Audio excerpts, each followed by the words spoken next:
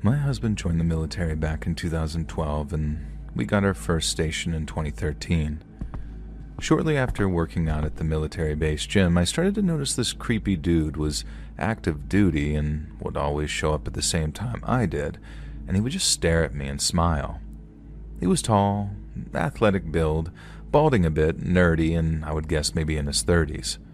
I personally was in my early 20s at the time, and he ended up approaching me a few times trying to make small talk, but I told him how my husband was the one active duty, hoping that he'd get the hint. I realized that I never asked this guy's name, and he never gave it to me, and I didn't care to know because he creeped me out. This later turned out to be a mistake, and you'll see why. After 8 long years of going to this gym, the dude was still there every day staring at me. I was a personal trainer and left my business cards at the front desk of the gym. This is important for later. And after my husband ended his enlistment, we decided to stay in the state instead of moving back to our hometown. We found a rental house in the next town over and were so excited to start our civilian life. My husband was told that he'd be starting night shifts as a contractor for IT work, and I wanted to follow the same schedule so we wouldn't have issues with sleep. I ended up converting our living room into an awesome gym, complete with commercial equipment. This allowed me to work at night from home and train personal clients privately, kind of like a training studio. And I was tired of giving gyms a portion of my paycheck while working for them. And during this time, our schedule was as follows. My husband would leave for work at 11 p.m. and work until 7 a.m. We'd stay awake while I trained clients at home from 5 a.m. to noon and then go to bed at around 2 p.m. and sleep until around 9 p.m. I was signed up through a company called Find Your Trainer, where clients could find trainers online in their area, and the company would schedule them for sessions with me and they would prepay through the website, and it was essentially a scheduling service. One day, my phone chimed with an email saying that I had a new client scheduled for Wednesday who had purchased 6 sessions. I was excited to be making some money and watching my business grow, and when the time came for the client to show up, I was nervous but overall excited. The doorbell rang, and what do you know? It was him. Because he had signed up through Find Your Trainer and not directly with me, I had no choice but to train him. I hoped that it wouldn't be too awkward, but I couldn't understand why he was willing to pay me $63 per session when he was clearly in shape and knew what he was doing at the gym. I started the first session with an arm workout, but I felt like I was wasting my time. It was obvious that he already knew how to work out, and that irritated me. I got into training to help people who actually needed assistance in transforming their health and body, and the whole session was awkward, and at one point he commented on how nice I looked that day, and I forced a smile and said thank you. For the next session, I planned to train him on back day, and as I demonstrated a lat pull down to his 6'3" body, while me being only 5'0" myself, I felt self-conscious and just wanted to get it over with. Then he told me I was doing it wrong and asked if he could show me. I was offended, considering I was the trainer in this situation, but I tried to remain professional. As I began to get up from the bench so he could correct me, he swooped in behind me and reached around to grab the handle above. But on the way to the handle, he grabbed my boob. I quickly jumped up and told him that was inappropriate and that the session was over. And that night, I texted him, saying I needed to terminate his sessions due to inappropriate behavior, and he simply responded that he understood. About 3 days later, I was up at 3 a.m. reading a book in my muumuu when I heard a noise outside. I froze and my heart began racing. Surely not. I didn't own a gun at the time and I didn't have a dog, just a parrot that liked to cuss everyone out and 2 cats. I got up and peeked through the blinds and saw a man's foot disappearing around the corner as our shed flew open. I freaked out, grabbed a butcher knife and called 911, telling them that someone was trying to break into our house. The cops arrived and searched the property but couldn't find the suspect. Several of my husband's tools had been stolen from the shed, and I filed a report and asked the police to contact the HOA to check the security cameras to see who had entered the neighborhood that night. A few days later, the police called me back with an update. They had spoken with the HOA, and as it turned out, their cameras were decoys. And that evening we went to Walmart, and as I was entering, I saw my former client leaving. He glared at me. I couldn't help but think that it wasn't a coincidence. I had gotten rid of him without a refund, and now my husband's tools had been stolen. Surely it was him seeking revenge. The following week, my husband took me to buy my first gun and a German Shepherd. And now, it's 2025. My husband just got back on night shift yesterday, and we now own a home in a nicer neighborhood with a solid security system, but I'm always on edge, hoping that I never run into that weird stalker guy again.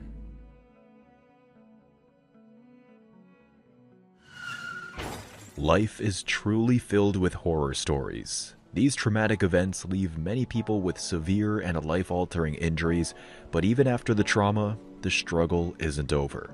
Have you ever thought about what you would do after you got injured? If you had medical bills to pay but no ability to work? How would you know that your insurance companies or the people responsible for your injuries are being fair to you? Then, trying to navigate the situation with traditional law firms can be a daunting, confusing ordeal that brings even more pain. The piles of paperwork, the hours of your valuable time used up, and the expensive fees hitting you while you're already down. With Morgan & Morgan, America's largest injury law firm, that won't be a problem. When you're seriously hurt, your injury could be worth millions. Morgan & Morgan don't accept lowball settlements from insurance companies. In recent months, they've achieved massive victories for victims of serious car crashes. In Florida, they achieved a verdict for $12 million, which was 34 times greater than the highest insurance offer. In Philadelphia, they achieved a verdict for a $26 million payout, 40 times more than the highest settlement offered by the insurance company. It all started around 18 months ago, which right now feels like a whole entire lifetime ago. I first encountered him, or at least I think I first encountered him at the diner where I used to work. I was a waitress, the kind who smiles at everyone, even the weirdos. And while he was one of those quiet types, tall, thin, with greasy black hair that hung over his eyes, all mumbles and no eye contact. At least at first, anyway. I remember he wore a gray hoodie most days, stained at the sleeves like he hadn't washed it in quite a while, and then he'd sit in the corner booth for hours on end, just kind of nursing some black coffee, but it was only ever a black coffee. And I didn't think much of him at first. People come and people go, but this particular guy just sort of kept staring at me. Not in a flirty sort of notice me way either. His eyes were cold, like he was studying me or maybe even sizing me up. Then came the night that I caught him watching me through the window as I locked up, and I told myself that it was nothing, just some weirdo lonely guy who thought that I was pretty and hadn't been taught that it was rude to stare. But it wasn't long before things started to get really creepy. About a week later, I found a note slipped under my front door. It was sort of scrawled on a torn piece of notebook paper, and it said, "You look pretty in blue today." My work uniform wasn't blue. Not at all. But what had actually been blue were the underwear that I'd been wearing that day. And in that moment, my stomach dropped. I lived alone. No one was supposed to know what I was wearing underneath, and my uniform didn't show anything off either. I checked the locks, the windows, and everything seemed fine. I threw the note away and told myself that it was nothing, maybe a prank, possibly by some local kids, I guess. And I tried to reassure myself with stuff like that, but it didn't work, and I started sleeping with a kitchen knife under my pillow. And things got way, way worse over the weeks that followed. I started seeing the guy everywhere. Not up close, just glimpses here and there at a distance. A shadow across the street when I walked home. A figure standing under the streetlight outside my house at night, but I really never knew. I didn't always see his face, but it really felt like it was him. Once, I swore that I saw him in the grocery store 2 aisles over peeking through the cereal boxes, and I turned to look, and he was already gone. I knew that I was probably being paranoid and that I was imagining things. Overworked, overstressed, no sleep, all that kind of stuff. But the notes kept coming, and it would say stuff like, "I like your hair down," You shouldn't leave your curtains open. And I'm closer than you think. Each note in this childlike handwriting of his, it made my skin crawl a little more each time I got one, and on the advice of a friend, I stopped throwing them away and instead kept them in a shoebox as proof that something was very, very wrong. I prayed things would get better, that he'd get bored of me, but the situation got even worse as time went by. I'd hear footsteps behind me on my way home from work, but when I turned, no one was there. My trash cans started getting knocked over, and once I found a dead bird on my porch. Its little neck had been snapped and its feathers were all over the steps where somebody had apparently been ripping them out. And the notes get even creepier too. I can hear you breathing at night, or you can't hide from me. And I almost stopped sleeping altogether. I'd sit up with the lights on, just clutching my knife, waiting for something to happen, and I knew that he was out there, watching and getting closer, and it was only a matter of time before he made his move on me. But in the end, I couldn't take it anymore and told my neighbor, Tom, about it. Now, he's an older guy, Tom. I'm pretty sure he's in his 50s, with a very kind face, big belly, and a loud laugh. And he lived across the street from me, and we'd always wave to each other. One afternoon, I knocked on his door, pretty much shaking at that point, and just spilled my guts about everything that had been happening.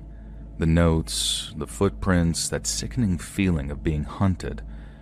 And I told him how scared I was, that the whole thing seemed to be getting worse and worse with each passing day, and that I was scared that the guy stalking me was going to actually end up hurting me.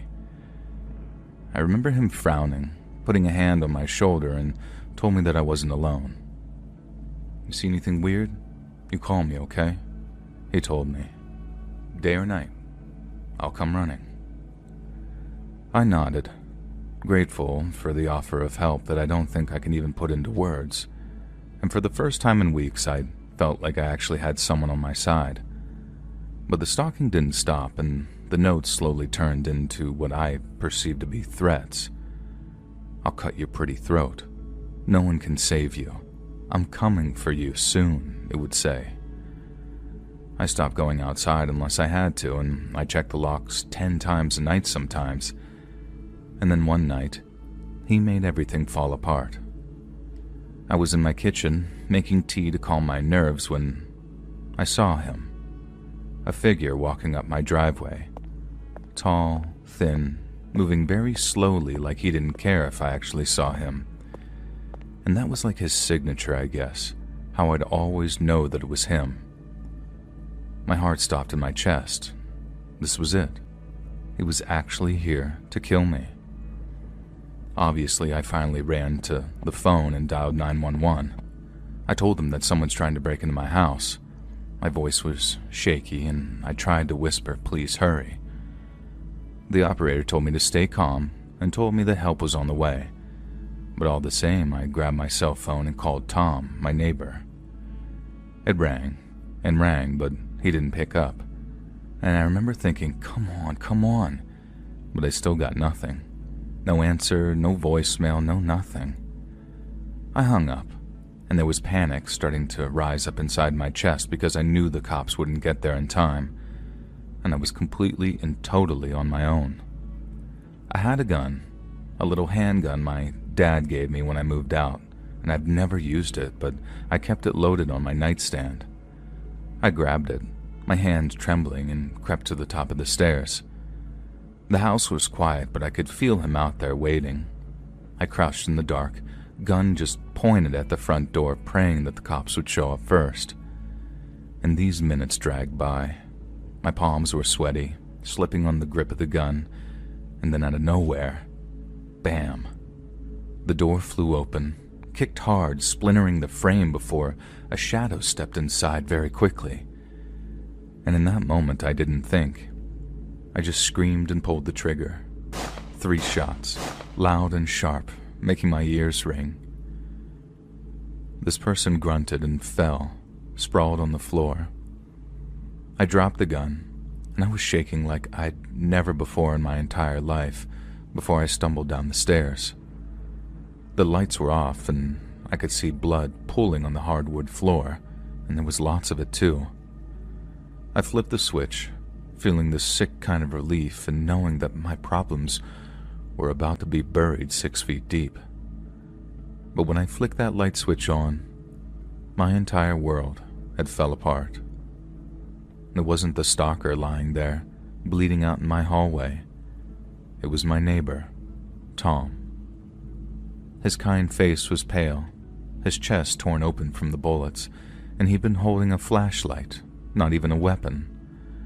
And I remember sobbing before falling to my knees. I cried out that I was sorry, that I didn't know, and he was just wheezing, blood bubbling at his lips as he struggled to breathe, and then he just went still. I pressed my hands to his chest, trying to stop the bleeding, but it was too late, and he died right there. And when the police arrived minutes later, I was still screaming, covered in Tom's blood, trying to revive him before they pulled me off. Paramedics rushed him to the hospital, but I already knew that there was no saving him. After I explained everything that had happened, the cops put me in handcuffs and took me to their station, and I told them everything. About that stalker, about the notes and the threats. I showed them the shoebox full of all of this evidence and felt totally vindicated in doing so too, because it all made keeping that box of cursed paper finally worth it. I told them that I thought my stalker was at the door, that he'd come to kill me, and that I didn't think Tom had seen my calls, let alone piece together what was happening. They listened and wrote it all down, but then instead of being sympathetic, their face was very cold, like they didn't believe me.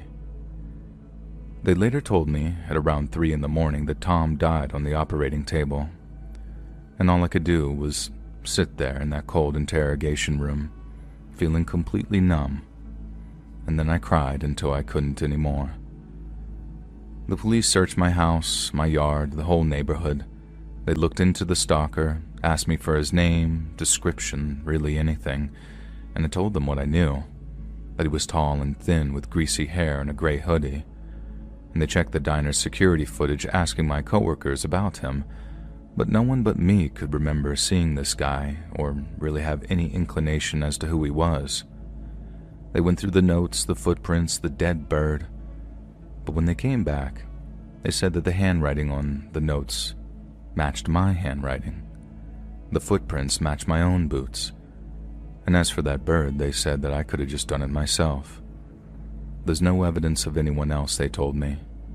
Just you. And they sent me to a psychiatrist.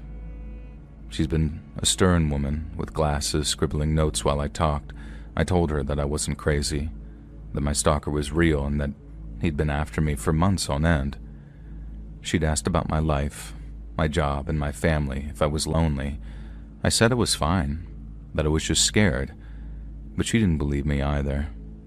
And then after days of tests, they decided that I really was crazy. Delusional, they called it, unfit to stand trial.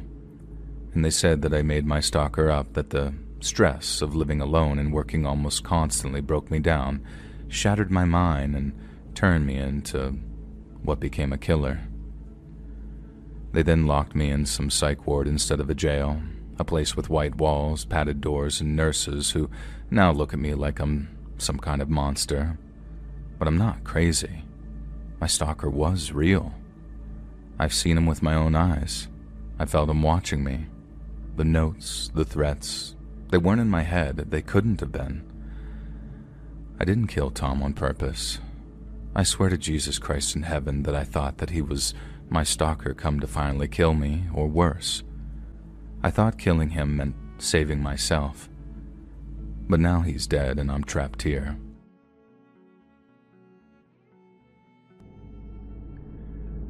In 1988, I was 8 years old, a Mexican-American spending the summer in Mexico. My dad had warned me since childhood that it was dangerous to be out in the fields or graveyards alone, especially at night. I grew up with a fear that magic was real and alive in Mexico, particularly out in the countryside. That night, it was dark out. No electricity, only oil lamps, and I didn't know how to work one. so I just sat on the front porch in the moonlight, listening to the bugs. They were louder than usual, and then I heard footsteps. More than one person very close. There was no way that I could have missed them when they were further away. I looked around, beginning to panic. I didn't hear any voices or any banter, just shuffling, and it got louder and it sounded like a mob. I jumped up and ran inside, tripping a few times, psyching myself out like I was suddenly in a horror movie where every stumble meant certain death. I slammed the door shut and locked it, grabbed the fireplace poker lying next to the doorway and ran into my room. No lock on that door. My window faced the moon, lighting up the room enough for my eyes to adjust. And I stood there, poker held short like a baseball bat, staring at the door for a long time. But there was nothing, and the silence made me feel slightly at ease. I walked over to my bed, about to let myself fall into it, when I glanced at the window at the last moment. There, draped in a headscarf, peering in, was a woman. I landed on my bed with a jolt, feeling suddenly vulnerable, and my grip loosened on the poker, and she was still staring at me. Then she started showing her teeth, but she wasn't smiling. My God. Then a bearded man appeared from the other side, whispering something to her. He noticed her staring into the window, then turned and saw me, and his face changed. He bared his teeth too. What were wrong with these people? Too scared to shout, I stayed frozen. Everyone in the house was still asleep, and the man lifted his hand and started pressing against the window, inspecting it. He tapped on the glass, lightly at first, and then harder, and it looked like he was about to open it. What do I do? Holding my breath, I just waited. If he broke the window, I was done for. I felt like they were about to drag me by my ankles all the way to hell. And then, common sense kicked in. I remembered the poker. I grabbed it and ran to the window, swinging as hard as I could, and that poker smashed against the pane closest to the man and the glass shattered, and I instinctively squeezed my eyes shut from the shards and noise, and when I opened them again, I could hear them running away. The wind was blowing through the broken window, and there were crickets outside as well. The lights flicked on in the house. My dad and uncle rushed into my room asking what I'd been doing, and then they saw the broken window. My dad flipped out, started shouting, and asked me what the hell I was thinking, and all I could say in English was, "There were people outside. They were staring at me." And his eyes immediately went wide, and he shut up. My uncle looked confused. He didn't speak English, and my dad grabbed me by the elbow and barked at my uncle to wake everyone up and get them into the kitchen. My uncle started shouting, telling everyone to hurry, and of the 10 family members, 6 ended up in the kitchen. The other 4, my dad, uncle, and 2 older cousins, went outside armed with a hunting rifle, an old service revolver, and a couple of shovels. They were gone for maybe 10 minutes, but it felt like eternity. Inside, I tried explaining to my mom and the other women what had happened, and gossip started. My aunt started stirring things up and smirked and told the kids that it was La Llorona and her husband, and that freaked me and my younger cousin out. Mom and my other aunt shut her down, saying that she was being ridiculous, and then the men came back and nothing, and they'd check again in the morning. Nothing was stolen, no cars, no tools, no chickens. We all just decided to stay up, and there was no way anyone was sleeping after all of that. Coffee and bread went around as we sat together, just throwing out theories. Thieves, spies, La Llorona, stalkers, even skinwalkers came up. At sunrise, the whole family went outside to check things over. There was blood right outside my window, and my uncle had missed it in the dark, and my mom was audibly worried. The rest of the day passed without incident, and we stayed for a few nights, but my uncle, cousin, and dad took turns standing guard. On our last night there, someone brought a newspaper from the nearest larger town over, and it warned country folk about these roving bands of hyper-poor people breaking into barns and farmhouses, killing the owners and stealing whatever they could carry before disappearing back into the hills. 12 people had already been killed, apparently. Only one survivor, a farmhand who managed to shoot an intruder and drag himself to town, had lived long enough to tell what had happened, and the town's terrible doctor unfortunately couldn't save him. And my dad's face was grim. That's who they were, he said. Years later, I asked what he had told my uncle that night, and his answer chilled me. I told him I saw gitanos, and my uncle instantly knew what to do. I looked it up later, and I guess gitanos in English means gypsies.